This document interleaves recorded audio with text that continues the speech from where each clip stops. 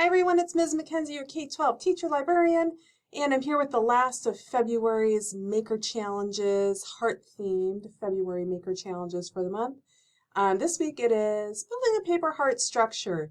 So you are going to grab your Makerspace kit. Remember, those are free. It's first come, first serve. Pick them up at the curbside book cart in front of each school.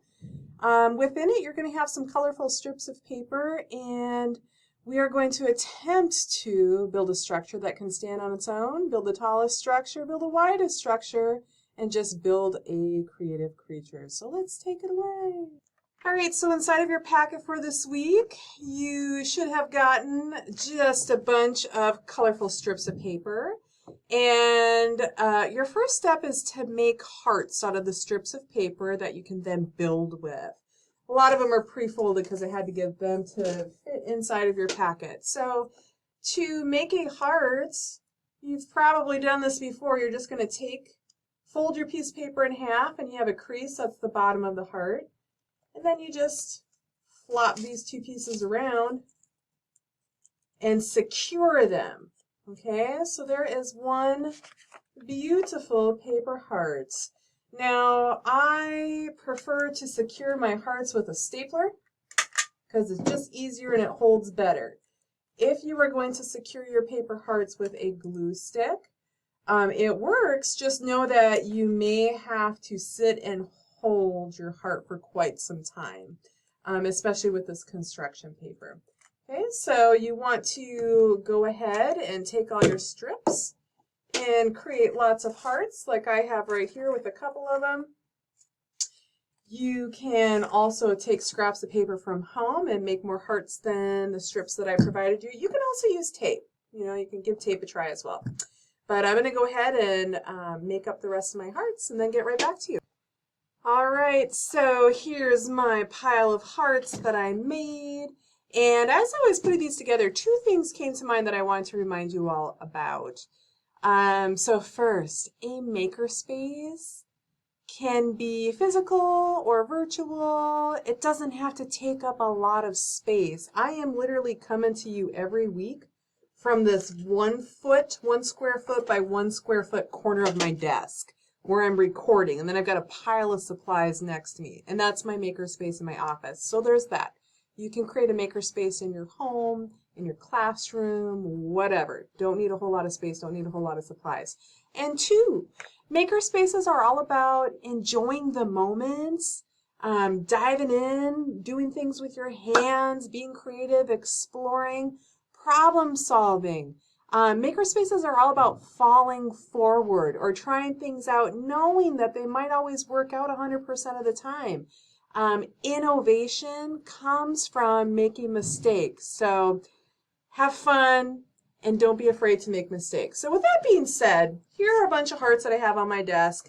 The instructions did have a couple of challenges. Like we could try to just, without connecting these things together, kind of like we did last week with the candy hearts. The first one was like, who can stack the tallest freestanding stack with their hearts? Okay, and it looks like maybe as far as I can get is 2. But what if I try stacking with these smaller hearts? Okay, we have the bigger ones that are a little bit more floppy than the smaller ones. So will I be more successful stacking hearts with the smaller, more sturdy version? Ooh, I think I might. So again, makerspaces oftentimes are just celebrating the spirit of exploration and problem solving and looking at your design and coming up with different iterations of your design to be successful. And I think if I tried really hard, I could probably get 4 of these little ones high. I think that's about as high as I can get though, 4 little ones high. Okay. The second challenge on the slide was the widest. I mean, that one seems pretty easy if you're just connecting everything together in one big long line.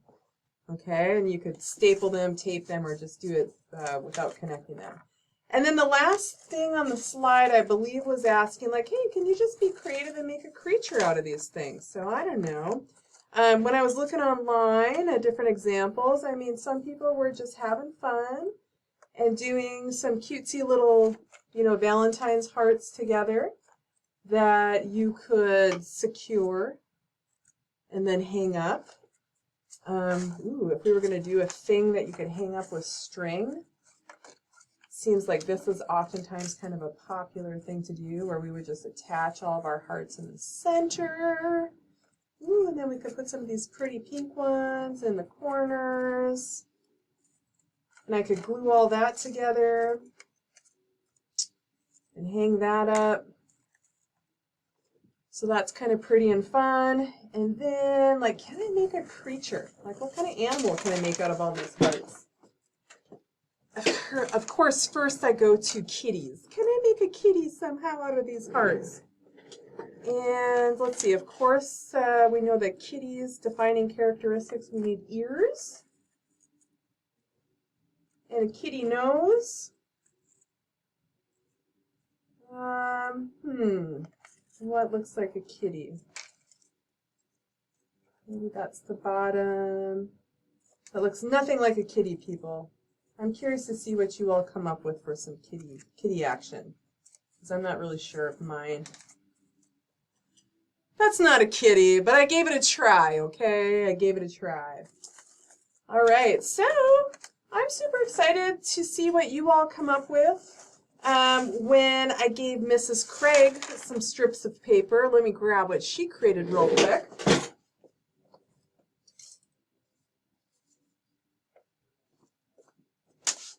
Check that beautiful thing out. So bigger strips of paper inside of each other, the bigger ones, and then it gets smaller. And then you have this little hanging heart thing that you could gift or keep, okay?